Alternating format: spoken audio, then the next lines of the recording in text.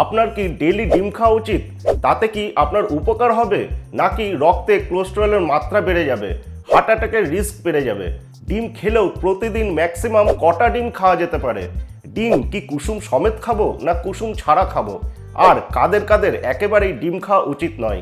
ডিমের কুসুম নিয়ে একটা মিথ আছে যে এটা ব্লাডে কোলেস্টেরলের মাত্রা বাড়িয়ে দেয়, যেটা সরাসরি হার্ট অ্যাটাকের রিস্ক বাড়িয়ে দেয়। প্রথমত, ডিমের কুসুম বা যে কোনো ফুড খাওয়ার মাধ্যমে আমাদের রক্তে যদি কোলেস্টেরল আসে, লিভার তা বুঝতে পেরে কোলেস্টেরল প্রডিউস করার মাত্রা কমিয়ে দেয়। তাই এই ফুডের মাধ্যমে আসা বা ডায়েটারি কোলেস্টেরল কোনোদিনই আমাদের রক্তে কোলেস্টেরলের মাত্রা বাড়াতে পারে না।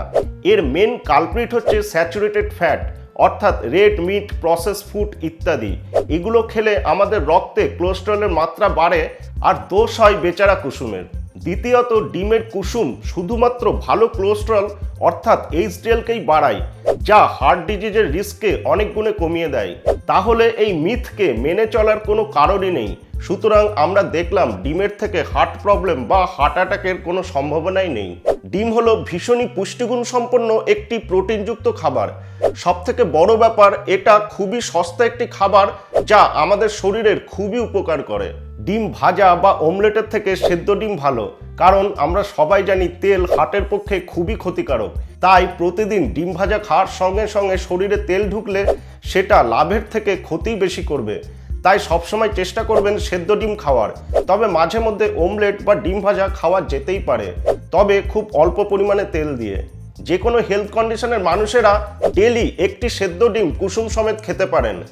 আর হেলদি মানুষেরা দুটো ডিম কুসুম সমেত ও তারপর একটা থেকে দুটো ডিমের সাদা অংশটা খেতে পারেন।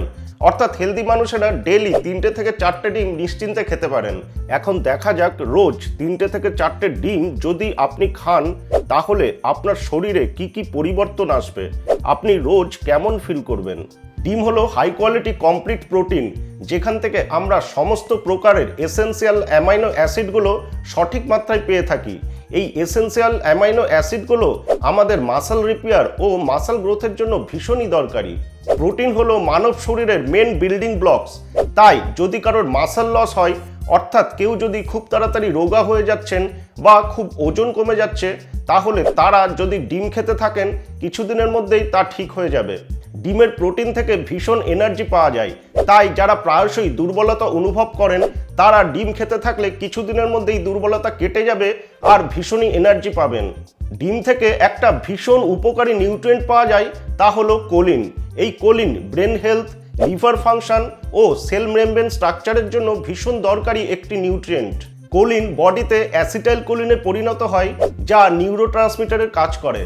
সিম্পল ভাষায় বলতে গেলে এটা একটা কেমিক্যাল মেসেঞ্জার, যেটা বডি ও ব্রেনে থাকা নার্ভ সেলগুলোর মধ্যে সিগন্যাল আদান প্রদান করে। ফলে ব্রেন ফাংশন ও মেমোরি ফাংশন অনেক উন্নত হয় এবং অ্যাটেনশন বা কোনো কিছুতে ফোকাস করার ক্ষমতা ভীষণই বেড়ে যায়। তাই যারা স্টুডেন্ট বা ওয়ার্কিং প্রফেশনাল বা ভীষণ মস্তিষ্কের কাজ করতে হয়, অথবা যাদের এজ হয়েছে ভুলে টুলে যাচ্ছেন, তাদের প্রতিদিন ডিম খাওয়া ভীষণই দরকারি। এতে ব্রেন ও মেমোরি দুটোই উন্নত হবে। এটা মাসল কনস্ট্রাকশনের ক্ষেত্রেও ভীষণই দরকারি। এটা লিভারেরও খুবই উপকার করে। লিভারের থেকে কোলেস্টেরল ও লিপিড বাইরে বার করে দেয়। ডিম খেলে চোখও ভালো থাকে, কারণ ডিমের থেকে খুবই ভাইটাল দুটো নিউট্রিয়েন্ট পাওয়া যায়, তা হলো লিউটেন ও জিয়াক্সান্থিন। দুটোই চোখের রেটিনাকে প্রোটেক্ট করে এবং ক্যাটারাক্টস ও এজ রিলেটেড মাসকুলার ডিজেনারেশনের রিস্ক অনেক গুণে কমিয়ে দেয়। এছাড়াও ডিমে ভিটামিন ডি পাওয়া যায়, যেটা শরীরে ক্যালসিয়ামের অ্যাবজর্পশনে সাহায্য করে। তাই বোন হেলথ বা হাড়ের স্বাস্থ্যের জন্য প্রতিদিন ডিম খাওয়া খুবই দরকারি। ডিমে ভিটামিন ডি ছাড়াও ভিটামিন বি12, ওমেগা 3 ফ্যাটি অ্যাসিড, সেলেনিয়াম ও ফলেট থাকে, যেগুলো হরমোন, ইমিউনিটি, ফার্টিলিটি ও মেটাবলিজমের ওপর ডিরেক্টলি পজিটিভ প্রভাব ফেলে। দেখবেন ডিম খেলে পেট অনেকক্ষণ ভর্তি থাকে, ফলে অন্য কিছু খাওয়ার আমাদের ইচ্ছা করে না, তাই শরীরে কম ক্যালোরি ঢোকে।